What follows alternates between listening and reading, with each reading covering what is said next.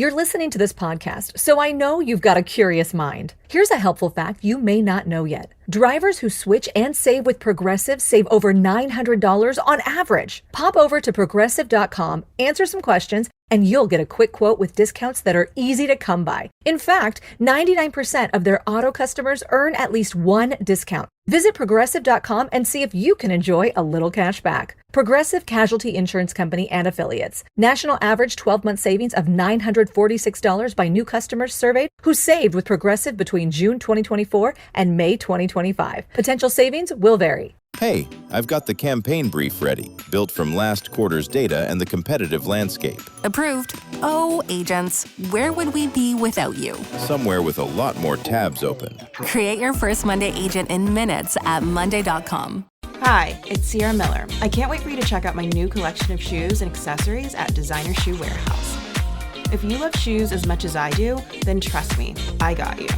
From cute sneakerinas to the perfect flip-flops to stunning heels, these shoes are all style, no drama. It's a girl's girl summer, and DSW has just the shoes.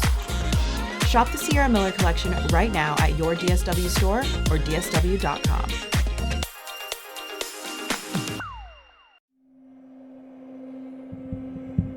It's February 2004 in New England. Classes had just started at the University of Massachusetts Amherst. A talented Dean's List nursing student named Maura Murray is preparing for the semester ahead.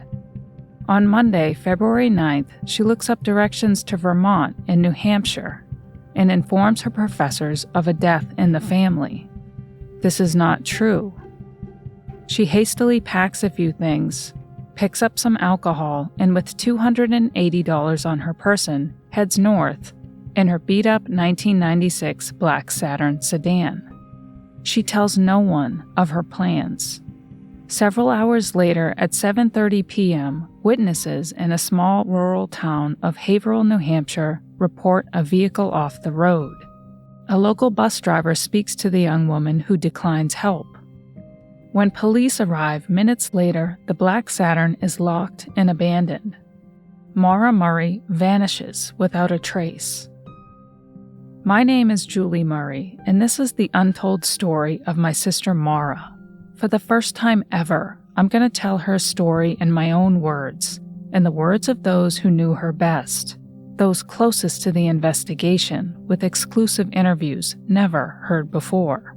For nearly 2 decades, her story has been co-opted by strangers, grifters, enthusiasts. It's time to set the record straight. It's time to give my missing little sister a voice in her own story. Join me as I ask the difficult questions and strive to get closer to resolution in one of the most mysterious missing person cases of our time. Media Pressure presents the untold story of Maura Murray, like you've never heard before. Episode 1, The Call. Maura is missing. This is not your average true crime podcast. It's a story of raw emotion, deep heartache, and looming unanswered questions that continue to haunt my family. Now, I'm not a podcaster or professional storyteller, but I'm on a mission to tell the real story and do right by my sister. Though it may not be perfect, I can promise you the story I tell looks nothing like the sensationalized versions you've heard in the past. I'll be honest, being vulnerable and sharing this is not the easiest thing for me, but it's what Maura deserves. And so I'm taking you on this very personal journey with me for one reason. Maura. My hope is that you walk away with a better understanding of the real people at the heart of the case and a desire to join my family in our search efforts, because one listener could hold the key to unlocking this mystery and finally getting resolution for Maura. The pressure's on. Someone knows. It's Christmas 2003. I'm home after a year-long tour in South Korea as a young Army lieutenant. I arrive in Hanson, Massachusetts, my childhood home, surrounded by family and excited to start the next chapter of my life. My younger sister, by 2.5 years, Maura, is on winter break from the University of Massachusetts, Amherst. Maura was 21 years old, a Dean's List student studying to be a nurse following in her mother Laurie's footsteps. I missed the entire previous year, so we had a lot of catching up to do. And that we did. Little did I know this would be the last time I would ever see my little sister Maura again. In a month's time, she would be ripped away from my life, without warning, without reason. Nothing could prepare me for the next chapter. My life would never be the same. That Christmas was a special one for many reasons. I hadn't been home in ages after my first assignment out of West Point. Nothing like a year-long tour in a foreign country to abruptly indoctrinate me as a naive, unworldly Army second lieutenant. I'll never forget arriving in Seoul, South Korea, alone after a 13-hour flight, lost luggage, unable to decipher any of the airport signage written in Hangul, feeling completely overwhelmed. I remember what Maura told me before I left. She said, "Keep it together, Jules." The previous day, Maura and my dad drove me to Newark Airport. My eyes welled up with tears hugging them goodbye, partially out of complete dread of the unknown, partially because I knew it would be a full year before I would be back. Maura saw the tears and said with a whimsical laugh, "Are you seriously crying?" My big sister instinct kicked in immediately as I regained my composure, saying emphatically, "Save it, Mauza." Mauza, with a Z, was a nickname my mother gave to Maura. I don't know where it came from, but it was cute, and I kinda liked it. She knew I was nervous, and this was her way of comforting me, talking shit. Our typical exchange, one that felt familiar and like home. I smiled as she continued to smirk, her signature dimples on full display, telling me to keep it together. And off I went. Here's the thing you need to know about Maura. She was quick-witted, always fast, with a clever quip, a standout athlete who rewrote the record book at our high school in track and cross-country, a brilliant student graduating 4th in her class with astronomical SAT scores. You would never know it, though, because she was humble, unassuming, and kind. She wasn't perfect. She was human.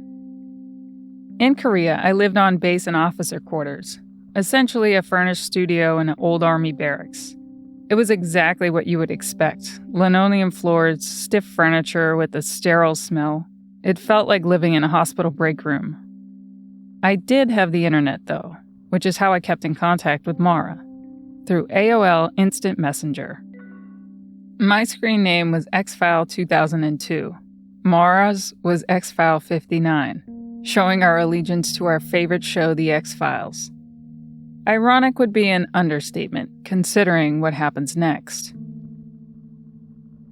Maura and I talked a lot about how excited I was to get my first real apartment on the outskirts of Fort Bragg, North Carolina. Now, I don't have a flair for interior design, but living in Army quarters gave me aspirations. I created an early 2000s version of a Pinterest board, but in hard copy magazine cutouts, imagining a minimalist black and white themed apartment. I shared my idea with Maura, who knew I had exactly 0 artistic ability. It really amused her, so she indulged me. I've never shared this part of the story. See, when you have a high-profile missing sister, everything seems to become public property, and there's only a few precious memories that I have, so I've kept those to myself. But in order to give you a full picture of who Maura really was, I'm going to share this part of the story. Now, I distinctly remember her asking me a number of probing questions about my ridiculous black and white theme. She gave me a lot of shit about it, but that was Maura. She would say things like, "You're so weird, but whatever. So everything is black and white?" When I returned that Christmas, I realized why she was being so inquisitive. She gave me a framed black and white photo of the Boston skyline.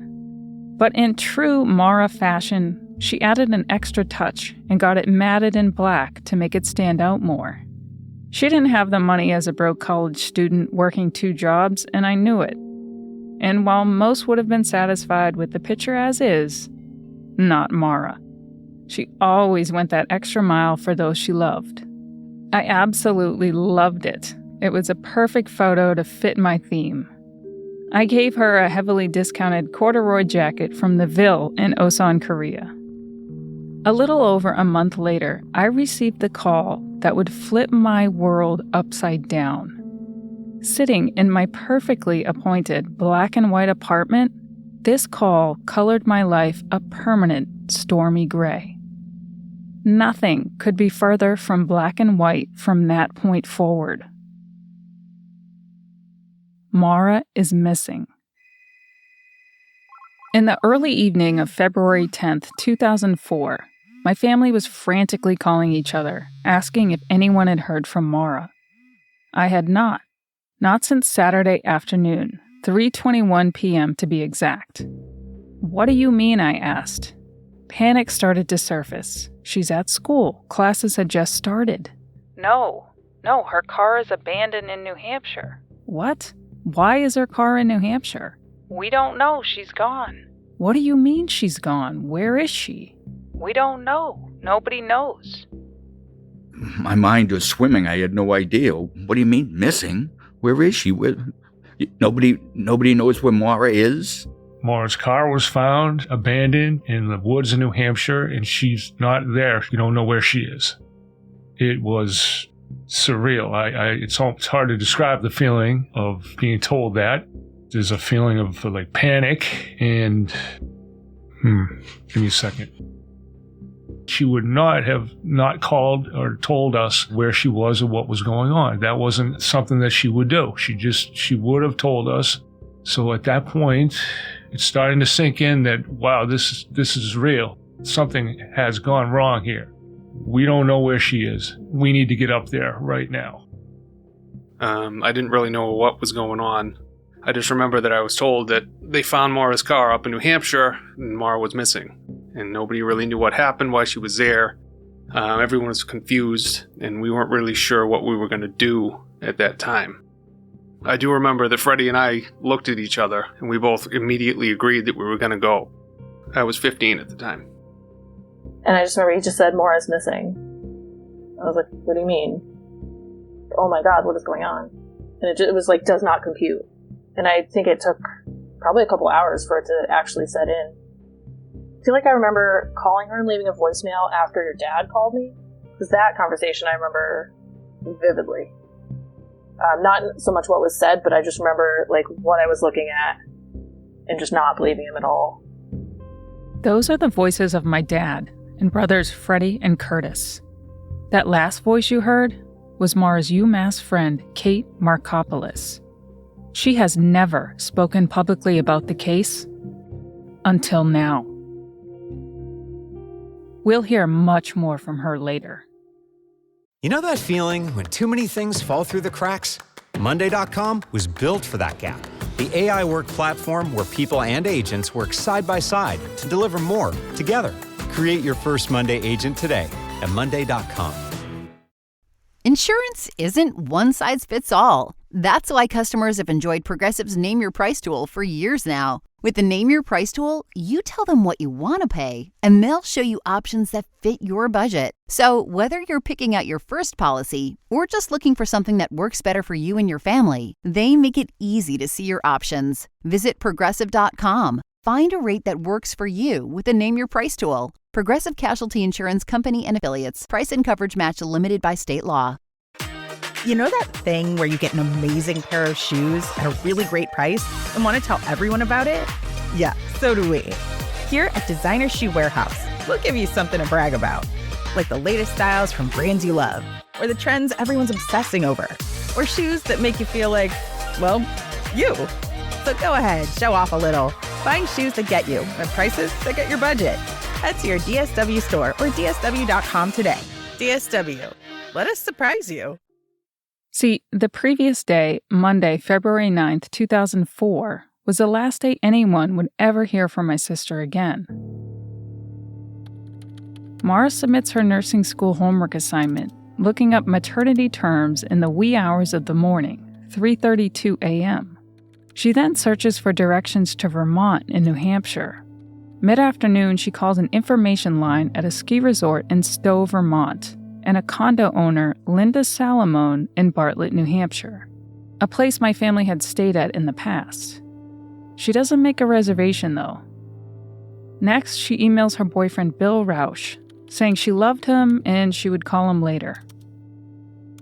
At 1:24 p.m., Maura emails her professors about a fictitious death in the family, saying she'd be out for a few days. She plays phone tag with Bill but doesn't speak to him.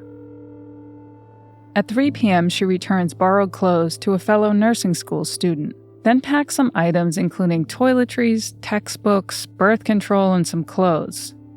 At 3:15 p.m., Maura appears alone on CCTV footage withdrawing $280 from an ATM, leaving just shy of $20 in her account. At 3:43 p.m., she purchases $40 worth of alcohol at a liquor store and recycles 79 cans worth $3.95. She picks up forms for an accident she had in my father's car 2 days prior, then heads north in her 1996 black Saturn running on 3 cylinders. Destination? Unknown, with no confirmed reservations. At 4:37 p.m., Maura checks her voicemail for the last time. Several hours later, at 7:27 p.m., a woman named Faith Westman hears a loud thud outside her home on a sharp, dark corner in Haverhill, New Hampshire. She looks out her kitchen window to see a car off the side of the road in the eastbound lane facing the wrong direction. She calls 911 to report the accident, and according to dispatch logs, stated she saw a man smoking a cigarette. While looking out the window, Faith sees a local bus driver approach the scene from the west. It's her neighbor, Butch Atwood, a big burly man in his late 50s, returning home from dropping students off at a ski trip. He stops and speaks to a young woman, asking if she needed assistance, but the driver declined, saying she had already called AAA roadside assistance. Here's the thing, though. There's no cell phone service there, and he knew it. So Butch invites her to wait at his home just a few hundred yards up the road.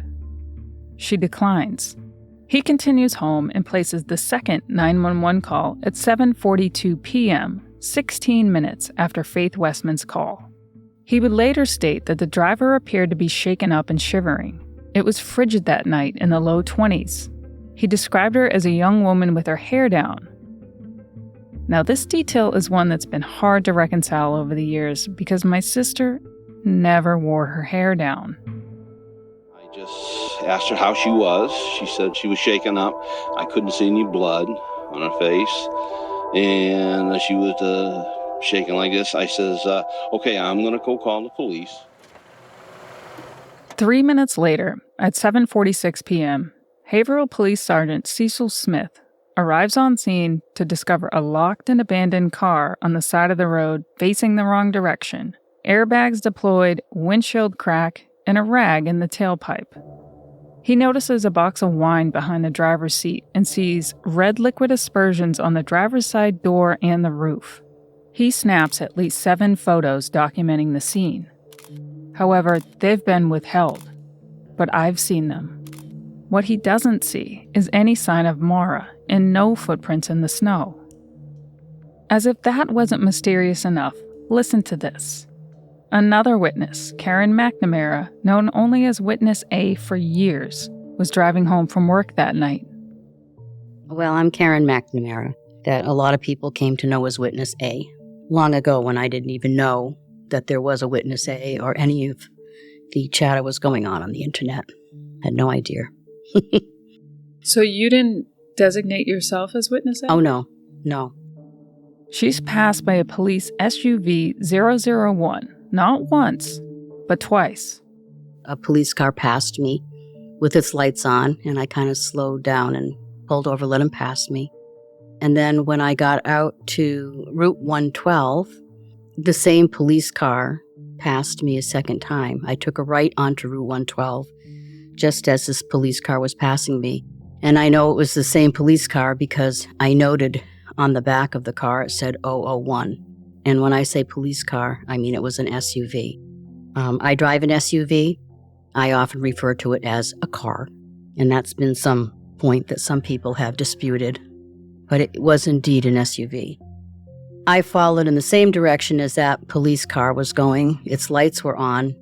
When I got to the weathered barn at the curve, the police car had stopped nose to another car, a dark sedan. This vehicle is typically driven by the chief of police, Jeff Williams. Karen typically called her family back in cell phone range near the Beaver Pond. Her cell phone records indicate this call happened at 7:52 p.m. But here's the deal. It takes a solid 15 minutes to get from the accident scene to Beaver Pond on a good day. I've driven it countless times, at all different times of day and in all different kinds of weather. That means Karen passed Maura's Saturn nearly 10 minutes before the first responding officer, Cecil Smith, arrived at 7:46. After seeing Maura on the news, Karen contacts the police, but they're dismissive of her accounting, and Jeff Williams wasn't on duty that night. Coincidentally, years later, Williams is arrested for DWI and evasion by none other than Cecil Smith. We'll deep dive this later. One thing I know for certain, though, is whatever plans Maura had that night were out the window after the crash. It changed her entire set of circumstances. And now she's gone. But where was she going in the first place? And what happened to her? Will we ever know the truth? For the past 19 years, these are the questions my family wakes up to every day. Where is Maura? Was she a victim of foul play? Did she succumb to the elements? Was it the work of a serial killer, suicide, or abduction? Investigative reporter Bob Ward has covered Maura's case from the beginning. People don't just simply vanish into thin air. They don't disappear from the face of the earth. And here we have Maura Murray leaving UMass under strange circumstances, and then she does exactly that after that car crash up in New Hampshire. Not a single sign of her. Where did she go? What happened? There are other missing persons cases, many others that I've covered, but none quite like this, because the window here where she disappears is so narrow. I mean, she's there and then she's gone. And not only is she gone, there's no evidence of where she went, what direction she went. It is like she vanished into thin air. That's what makes Maura's case so different. But we know she did not vanish into thin air. We know something happened to Maura Murray, but it's unbelievable after almost 2 decades, we still don't know what. You have this beautiful young woman with her whole future ahead of her. How can this happen to her?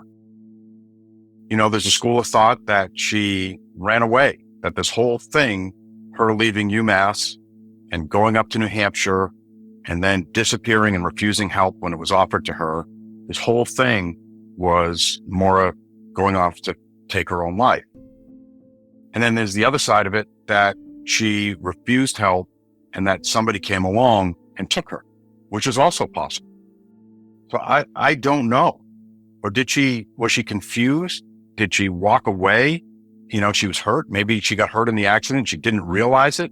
And she walked off into the woods and she's still there and we need to find her. I mean, all those possibilities I've considered over the years. I don't know.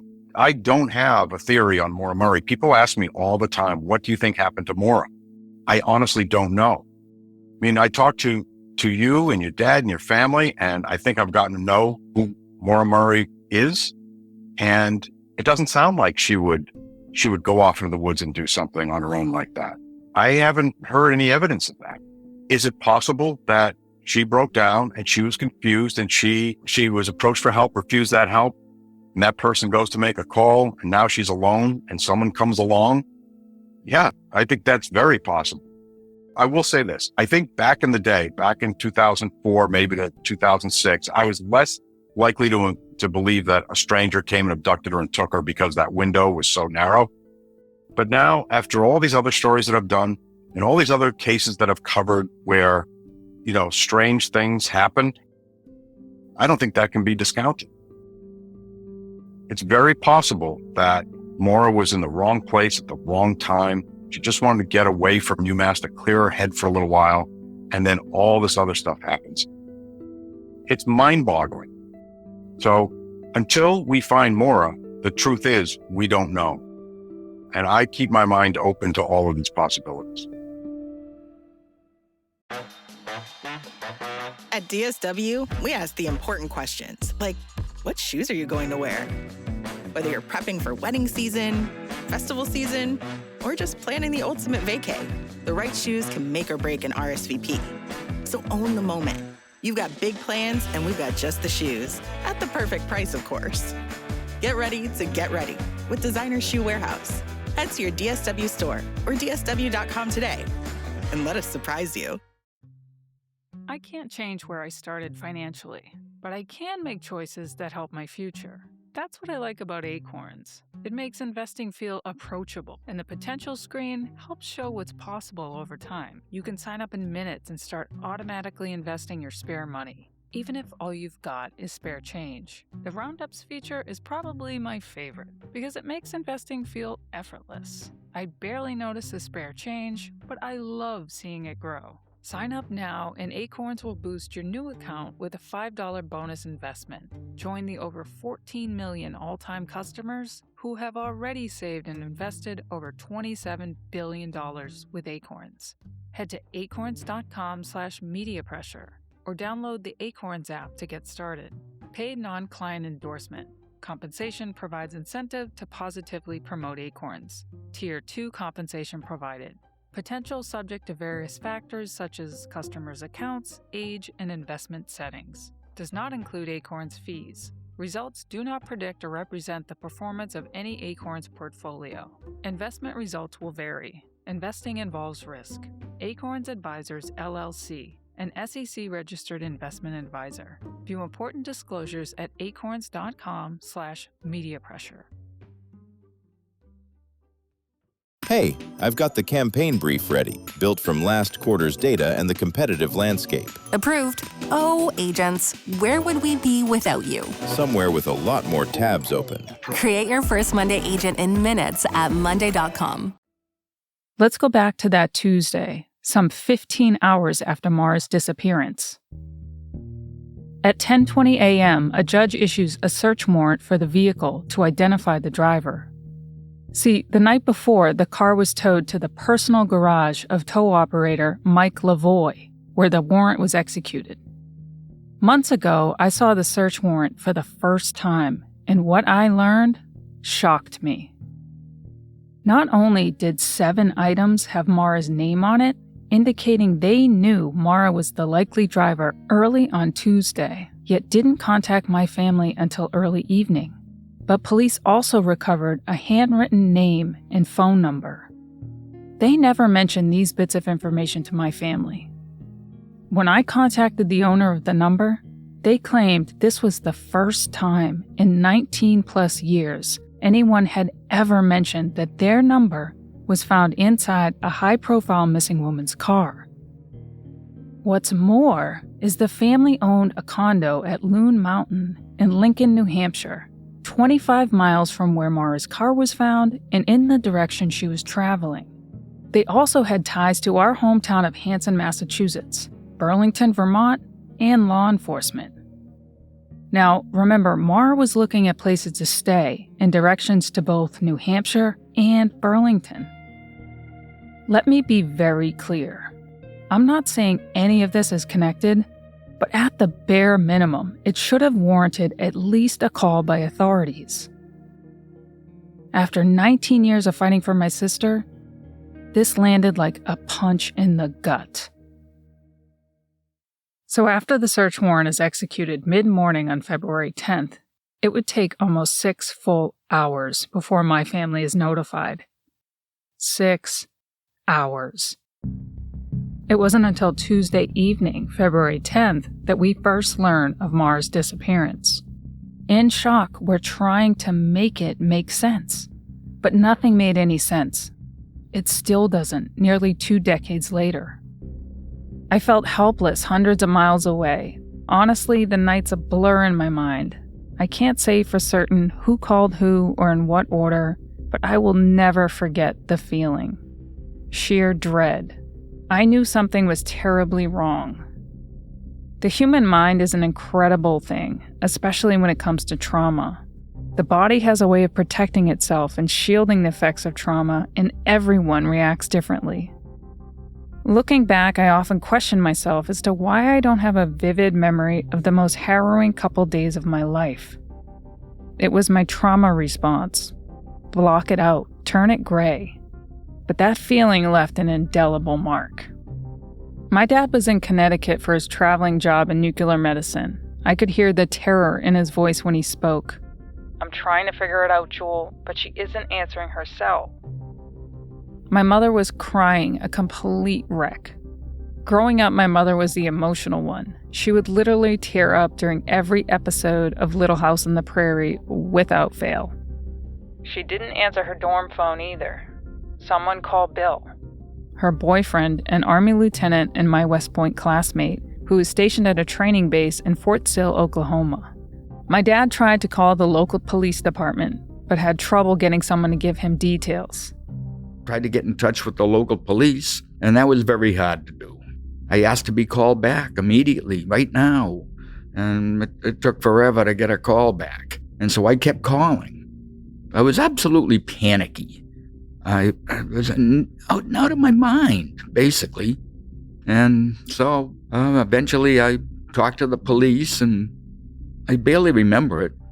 Eventually, he speaks to Haverhill Police Sergeant Cecil Smith, who told him a black 1996 Saturn registered to him was found the night before, locked and abandoned on the side of the road in a small town called Haverhill.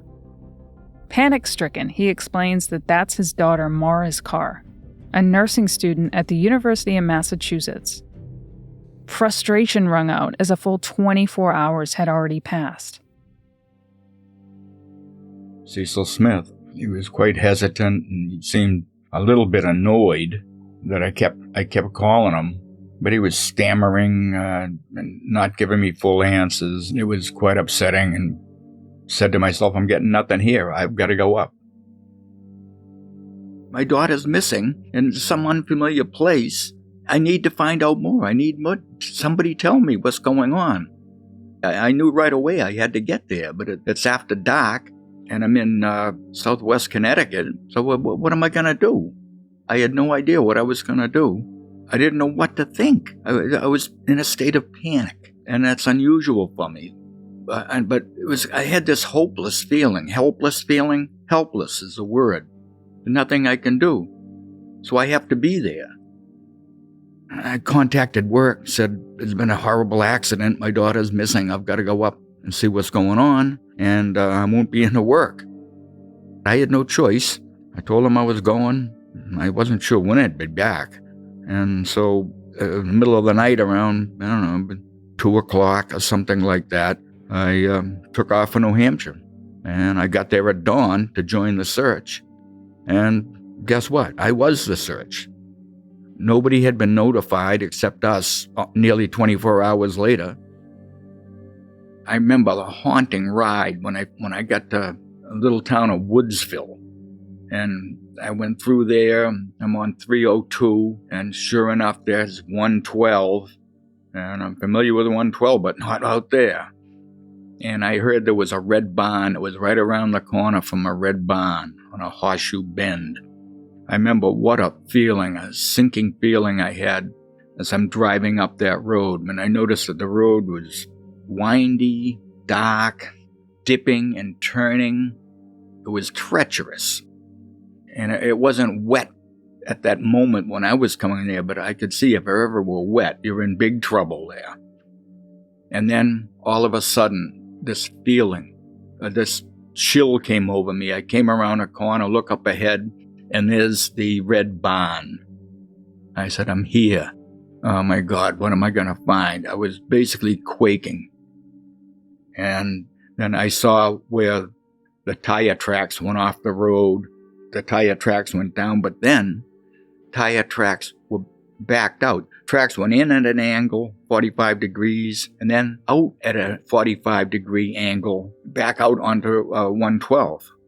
Headed east, it looked like. That's where the accident scene was. So I stopped there, and my heart sank. The car wasn't there, of course, but I had this empty, scared feeling.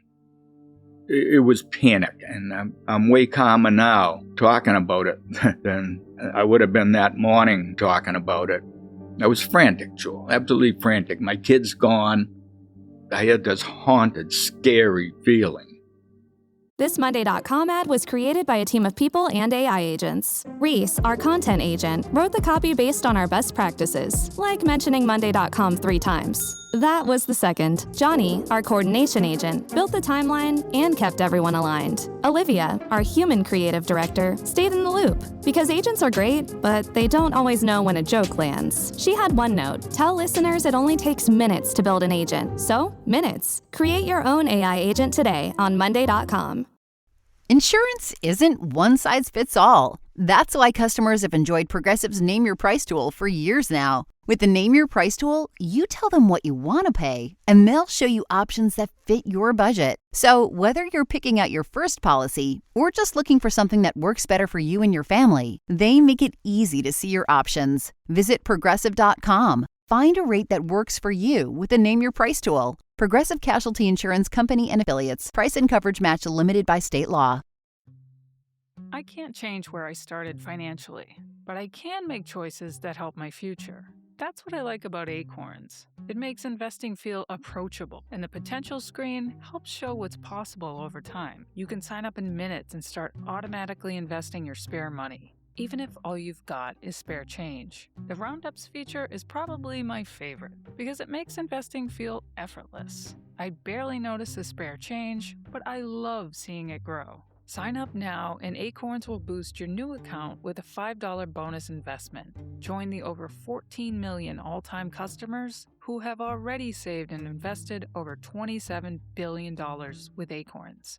Head to acorns.com/mediapressure or download the Acorns app to get started. Paid non-client endorsement. Compensation provides incentive to positively promote Acorns. Tier 2 compensation provided. Potential subject to various factors such as customers' accounts, age, and investment settings. Does not include Acorns fees. Results do not predict or represent the performance of any Acorns portfolio. Investment results will vary. Investing involves risk. Acorns Advisors, LLC, an SEC-registered investment advisor. View important disclosures at acorns.com/mediapressure. My father arrived in Haverhill at dawn on February 11, 2004. Upon arrival, he pressured the local police to give him details and how the search was progressing. The Haverhill Police Department was 4 officers deep, and in my opinion, not equipped or resourced to handle what would end up being one of the most complex missing person cases in the history of the state. To his utter devastation, he was the search. The police explained that this type of thing happens and the driver usually shows up the next day. But the next day had already come and passed and there was still no sign of Maura. Stunned and scared, he pleaded with them to search. Finally, 36 hours later, New Hampshire Fish and Game began the first search for Maura.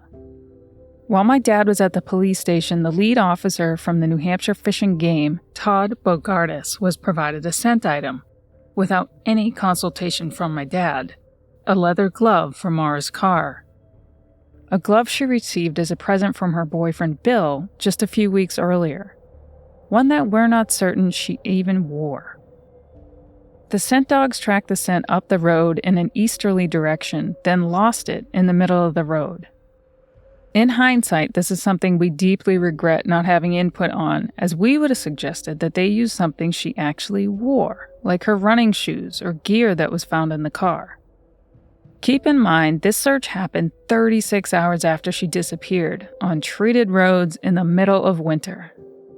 So I've never given much credence to the validity of this. Massachusetts attorney Terry O'Connell assisted my family and spent an enormous amount of time and effort on Maura's case. He weighed in on the scent item.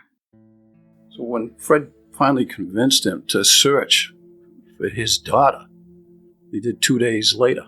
It was on Wednesday. And now they're saying they used a canine to conduct a search by utilizing Maura's gloves. That scent is not going to be there 2 days later on that road. And he said the dog lost it 100 yards up the road, trying to place that theory of, got into somebody's car or did something like that. That scent is not going to be there. Right, and one of our biggest complaints was we don't even think she ever wore those gloves. She got those gloves for Christmas. They were leather gloves, fancy. Mm-hmm. They didn't consult us and say, hey, family of this missing woman, what did she normally wear? Because we would have said, take any pair of running shoes, take any piece of running gear, because she wore it every day. Right. And so there was another missed opportunity there. Right. Meanwhile, the rest of my family mobilized and made their way up to New Hampshire. My poor mother was sick and had a broken ankle, and she wasn't mobile, so she remained at our childhood home in Hanson in case Maura showed up or called there. This was very hard on her, and she was devastated. Here's what my brothers had to say. She was totally devastated, obviously. She wanted to be up there herself. She was not physically able to. It's as simple as that. She knew that she would be better off staying here in order to answer the phone if Maura might call. Me and Kurtis were able to cover a lot of ground because we were young and healthy, and that's what we did. And we'd call Mom every night and say, this is what we did. We searched up and down the Kankamagus Highway. We searched in North Conway. We searched here. We searched there. We haven't found anything. And she was beside herself, just horrified. What do you say? It's a nightmare. Just thinking about it makes me feel terrible about her having to be here and not being able to be up there with us, helping in the search. But that's just how it had to be. That's not what she wanted. She was not physically able to be there, so. Yeah, I mean, obviously Mom, to her family, was everything. She sacrificed everything for us. I know that she wanted to be part of the searching. Her instinct was to go. She elected to give Freddie and I the car so that we could go up and cover some ground because she knew that she wouldn't be able to. But she was panicked. You don't want to hear that your daughter's up in a remote area in New Hampshire by herself and is now missing. Was in a car accident. I think the first night she was still in shock. It wasn't until later that you could really see the emotions and the dread set in. Especially, there was a lot of news media attention. It was very difficult for her to face all of that. People don't realize how hard Mom took the situation and how guilty she felt about not being able to search and be part of all of that. She had a picture of Maura above where she slept, and she used to stare at that nightly with tears in her eyes. She couldn't really do much other than be on the couch and be stationary because she was so sick. That ate her alive because her kids were everything. That's why we are the way we are, because a lot of our family values came from her.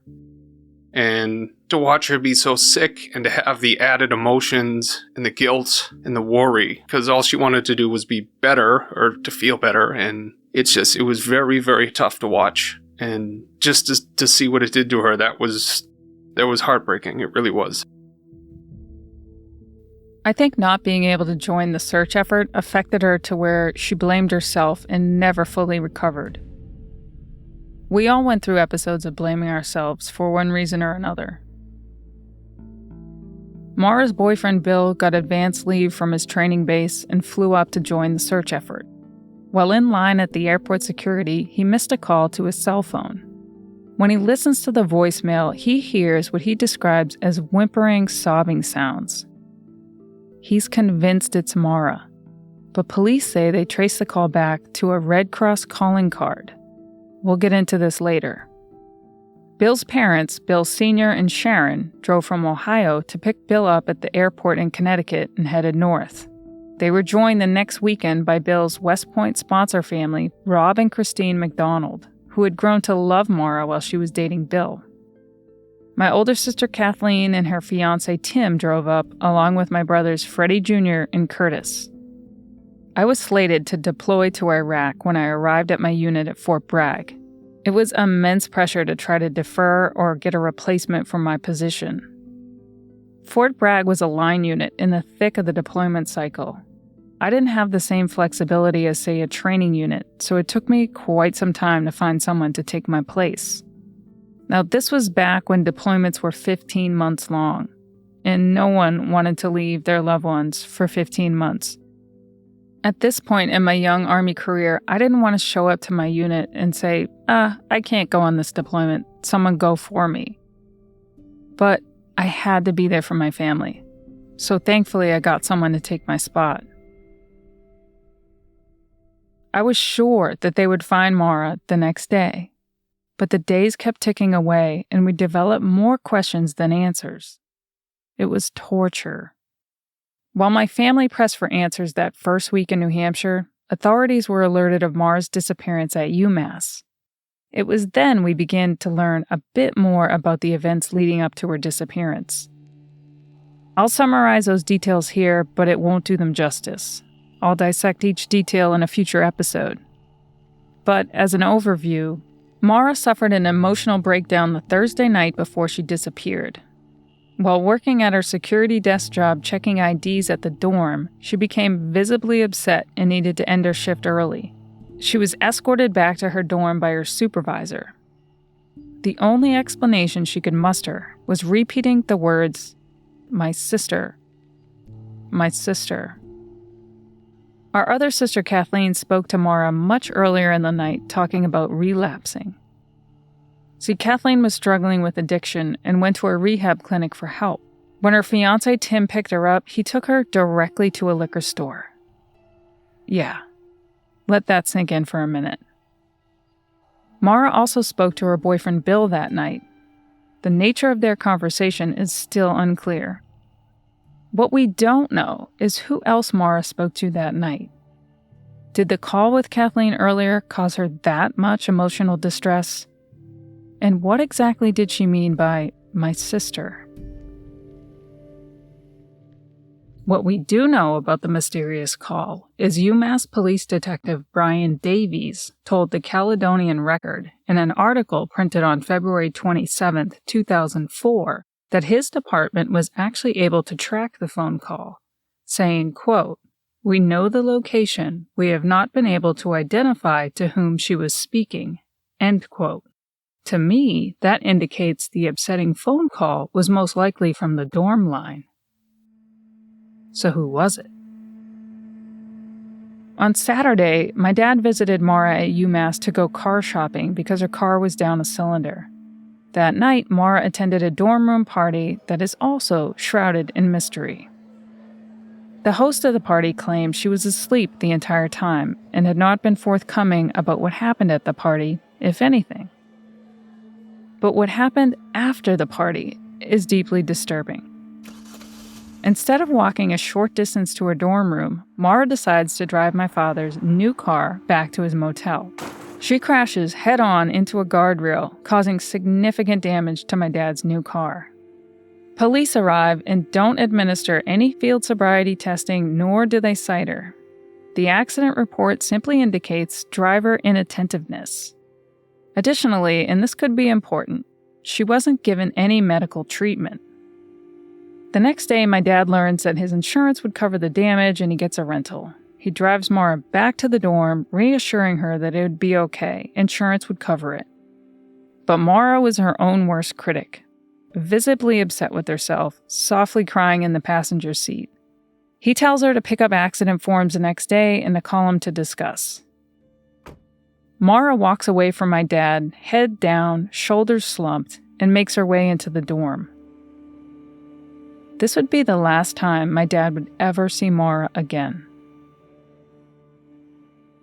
It's got to be frustrating that these same possibilities that you were dealing with the Wednesday afterwards are still all in play. Exactly the same thing. 100% the same thing.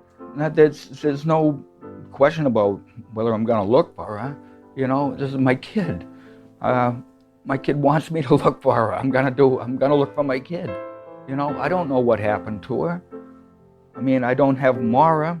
I don't have a body. I have to think in these terms, but the case certainly isn't over. The case certainly isn't over. It was just the beginning of the longest marathon of our lives, one we didn't sign up or train for. Maura disappeared the same week Facebook launched, and her case was deemed the first missing person case of the digital age. This was a blessing and a curse.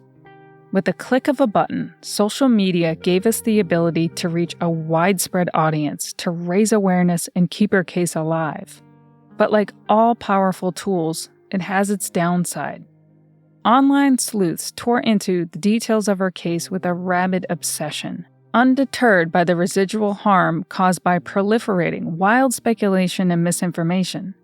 Today, her case is shrouded in misinformation, but I'm here to change that. Over the next several episodes, I'll break down the details of the case and the efforts to find my sister. Join me next episode as I start from the beginning.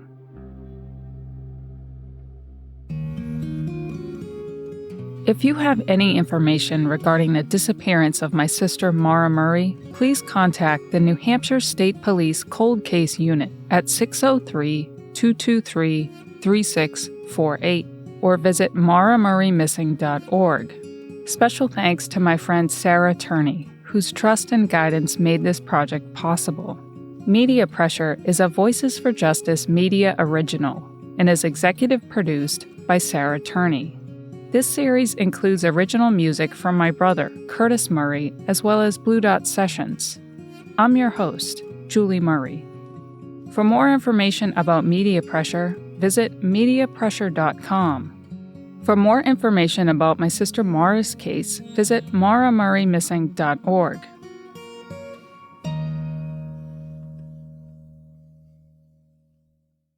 MIDI knows that just when you thought you had your body all figured out, bam, perimenopause. Suddenly, your hormones are raging like it's puberty round 2.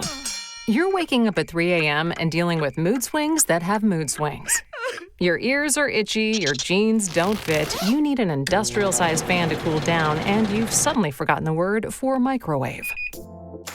Most women in perimenopause don't know that they are, even though it can last for 10 years. They also don't realize that most of their symptoms are treatable. That's why we built MIDI Health. MIDI is a company built by women who've been through it. Our menopause experts actually listen and treat the real symptoms you're feeling. Your symptoms aren't just common, they're treatable. Schedule a visit with a menopause specialist at MIDI. Visit joinmidi.com. Specialist-led care, virtual visits, insurance eligible.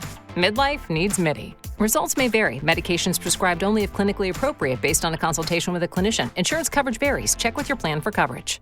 Hey, before your Q3 call, I've got the campaign brief ready, built from last quarter's data and the competitive landscape. Great. Did you include the differentiation angle the CMO asked for? Already in there. 3 angles no competitors using right now. Just need your approval. Approved. Thanks. Oh, agents, where would we be without you? Somewhere with a lot more tabs open. Create your first Monday agent in minutes at monday.com. You're listening to this podcast, so I know you've got a curious mind. Here's a helpful fact you may not know yet. Drivers who switch and save with Progressive save over $900 on average. Pop over to progressive.com, answer some questions, and you'll get a quick quote with discounts that are easy to come by. In fact, 99% of their auto customers earn at least one discount. Visit progressive.com and see if you can enjoy a little cash back. Progressive Casualty Insurance Company and Affiliates. National average 12-month savings of $946 by new customers surveyed who saved with Progressive between June 2024 and May 2025. Potential savings will vary.